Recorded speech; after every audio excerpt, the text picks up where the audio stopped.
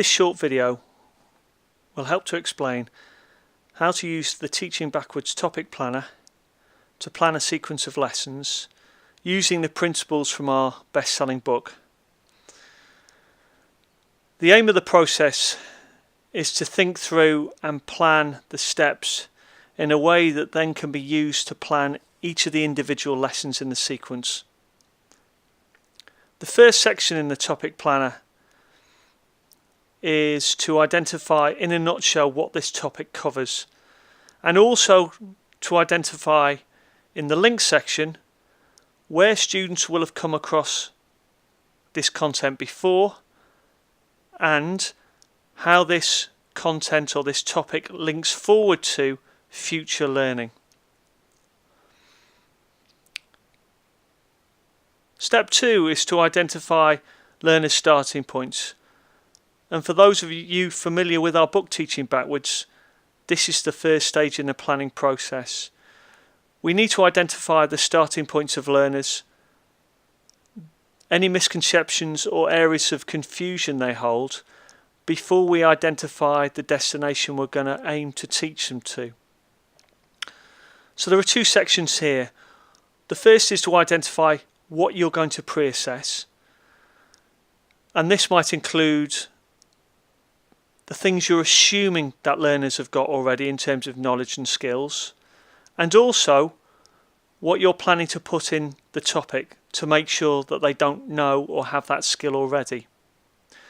The second half of this box is to be used to record the results of that pre-assessment activity, i.e., from that feedback, what are the implications? Step 2 has two sections, and this is the most important box on the topic planner.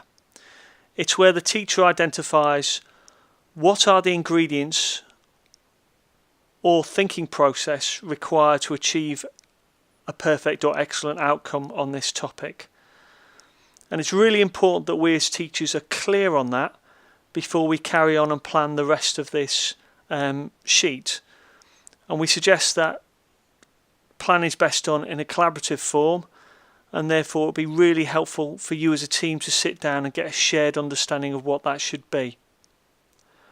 The bottom half of this box is, given you've got clarity as teachers, the bottom half of the box is there to identify how you're going to provide that shared clarity with your learners. So what resources are going to be provided? It may be good or poor exemplar answers. It may be a series of rubrics.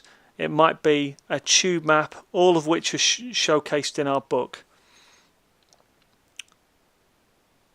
Once we've identified the destination, and given that you're likely to have learners at different starting points, the next section is how we're going to cater for their needs. And in the help sheet on our website, it identifies what CATER, the CATER acronym represents or stands for. But essentially, how are you going to support learners to achieve that destination? Remember, if you leave this blank and learners have got different starting points, it may be that the level of challenge provided is either too hard or too easy. The final column on the topic planner is to help identify the proof and the sequence of lessons that you're going to use to achieve that proof.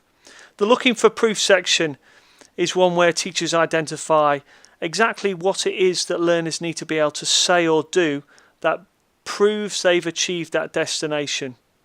In this section, teachers identify the key questions they're going to need answers for, and making sure those questions are ones which don't provide the opportunity for learners to give the right answer for the wrong reasons, i.e. they've inferred it. It'll also identify in what form that proof will be. For older children, it's likely that proof's going to be in a written form, but in some practical subjects, it may be in a video form. Once we're clear on the destination we're aiming for and the proof that learners will need to demonstrate to achieve that destination, we can then identify what are the key challenges which are going to be required in that sequence of lessons to help learners move towards that destination. Remember, without challenging lessons, we're unlikely to get accurate feedback about whether learners have achieved or mastered that knowledge or skills. Please don't ignore the second question in this section. How will these challenges engage learners? And then the final section on the topic planner is around feedback. And this is feedback from teacher to learner. And this box challenges teachers to think about where in that teaching sequence are the key feedback points where learners are going to get deep written feedback from their teacher that they'll need to act on. The aim of the Teaching Backwards topic planner is to make sure that teachers' existing planning can answer all of the questions on this planner. If it can't, there may well be gaps that when you come to teach the lesson will make learning in those lessons ineffective, and we hope it helps people.